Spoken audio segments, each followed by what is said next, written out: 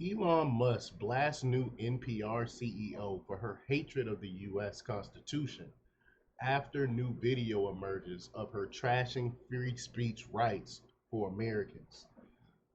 I'm so sick of these elitists. I'm so sick of these loony leftists, these globalists that they hate. It's one thing that I agree with George W. Bush about. Only one thing. He said they hate us because of our freedom, and he was right about that. But it's the people in this country. It's the global elites in this. It's the global elites and the people in this country that hate us for our freedom. They hate that we can call them out on their bull craps and we hit them with facts and they can't argue against facts. So that's why they want to censor us. That's why they don't want you to be able to say what you want to say. They don't want you to be able to call them out on their bull crap.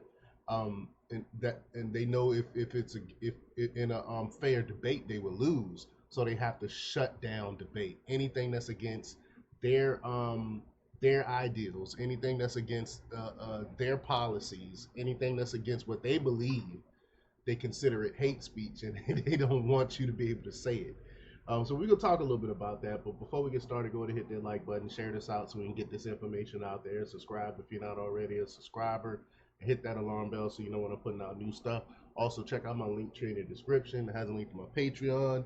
That's where I talk about things I can't talk about here. There's also a link to my Instagram and my merch store. Also, check out jjthepsychotherapist.com for news as well. All right, let's talk about this news. Now, this comes from the Gateway Pundit from Jim Hall. And he reports that Elon Musk on Tuesday blasted radical NPR CEO Catherine Marr after video emerged on Marr trashing the First Amendment of the U.S. Constitution. Now, why do people like this run our institutions? NPR is supposed to be national public radio. They're supposed to be unbiased.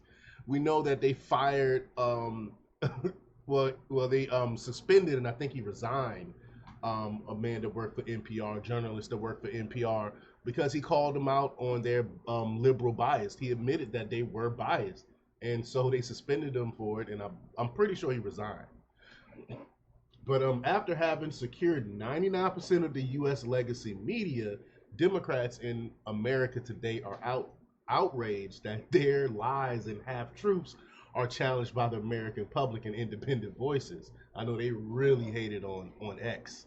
But today's Democrat believe that they should be the arbiters of truth despite their insane ideas and completely fraudulent statements on news and current issues. I mean, they get called out all the time. That's why they hate it. Catherine Marr is no different. Marr described her disgust for the First Amendment to the Atlantic Council in a recent interview.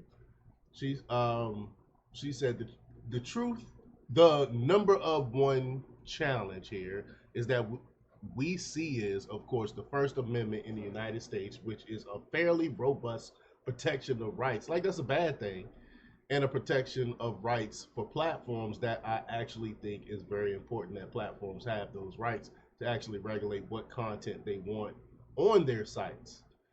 But then you will become a content creator, which is a whole different thing. You'll be considered an editor. But let me play this clip here. Let me grab my headphones and just let's hear it from the horse's mouth here. Here we go. Oops. The number one challenge here that we see and is, of course, the First Amendment in the United States is a fairly robust protection of rights, and that is a hold on. The free speech first, our very First Amendment is a challenge to them. It's a challenge because they can't shut us down. They're not supposed to be able to shut us down like they are doing it, but they're not supposed to be shutting us down like that. That's why it's considered a challenge to them, because they can't. They're doing it, but they're not supposed to be circumventing this so-called robust amendment. But here we go. Protection of rights both for platforms, which I actually think is very important, that platforms have those rights to be able to regulate what kind of content they want on their sites. But it also means that it is a little bit tricky to really address some of the real challenges of where does bad information come from, and sort of the influence peddlers who have made a real market economy around it. I mean, this is just ridiculous. But this follows reports of her other nasty statements about President Trump, and crazy defense of violent protests. This woman is a nut. I definitely agree. They got here exposed several wild and wacky social media posts from woke NPR CEO emerge online as network fallout over ouster of senior editor continues. So they did actually get rid of him. So let me click on this and see what we have here. This is, a, this is another article. This is from 2 days ago. Several wild and wacky social media posts from woke NPR CEO emerge online as network fallout over ouster of senior editor continues. One of the oldest truisms is that what is posted on the internet never disappears. Yeah, the internet it's there forever. Far left National Public Radio NPR news CEO probably wishes she had been aware of this before now. The Gateway Pundit reported earlier today that far left National Public Radio NPR suspended its senior business editor Yuri Berliner. But like I said, I think he resigned now. For pointing out, he's probably going to sue them. I wouldn't doubt it. But pointing out that the network's partisan reporting, particularly regarding its coverage of the Hunter Biden laptop story. Now, several wild and wacky social media posts have emerged online exposing NPR CEO Captain Marr. Marr was named as NPR's new CEO in January 2024, succeeding John Lancey. Prior to her role at NPR, it said Mayor, it meant Marr, served as CEO of Web Summit and chair of the board of directors at the Signal Foundation. She is also a member of the Council of Foreign Relations. Of course, this explains her hatred of the First Amendment. Of course, she's a member of CFR.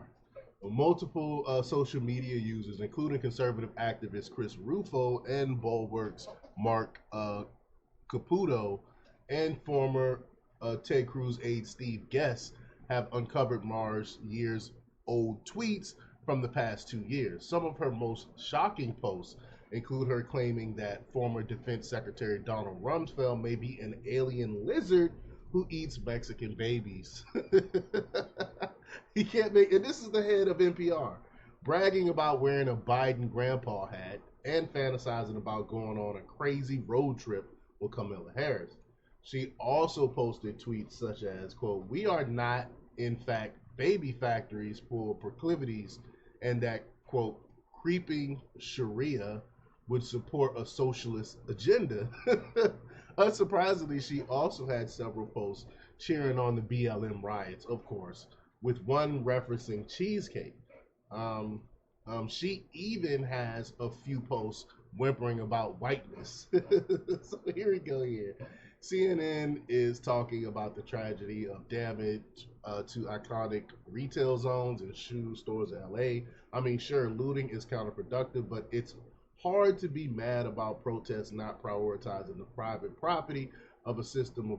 Are you kidding me? Remember when BLM was destroying black businesses? They were going into neighborhoods and destroying neighborhoods, and people like Catherine Marr was saying that's okay.